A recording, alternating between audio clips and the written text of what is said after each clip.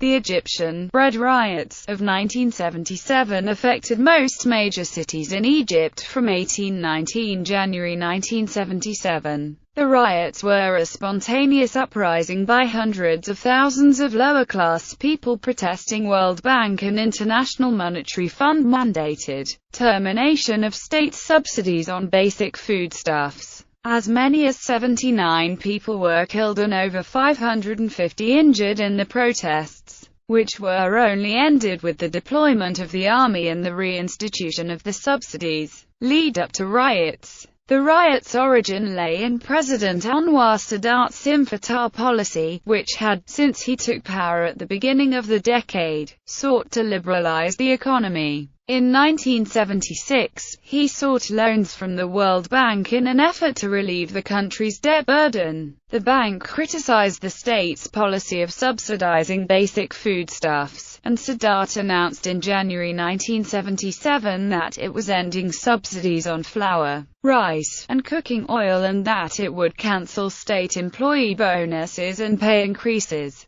The new policies resulted in a rise in the price of food by up to 50%. Food riots. Popular rejection of the announcement was not long in coming. On 18 and 19 January, rioting by lower-class people who would have been hardest hit by the cancellation of the subsidies erupted across the country, from Aswan in Upper Egypt to Alexandria. For 2 days, rioters attacked targets that symbolized the prosperity of the middle class and the corruption of the regime, shouting slogans like Ya Batal el-Oba, Fen el-Fota, and Thieves of the Fatah, the people are famished. There were also shouts of Nasser, Nasser, in reference to Sadat's predecessor, Gamal Abdel Nasser. The rioting ended when the state abruptly cancelled the new policies. 79 people died in the riots, 556 were injured, and over 1,000 people were arrested.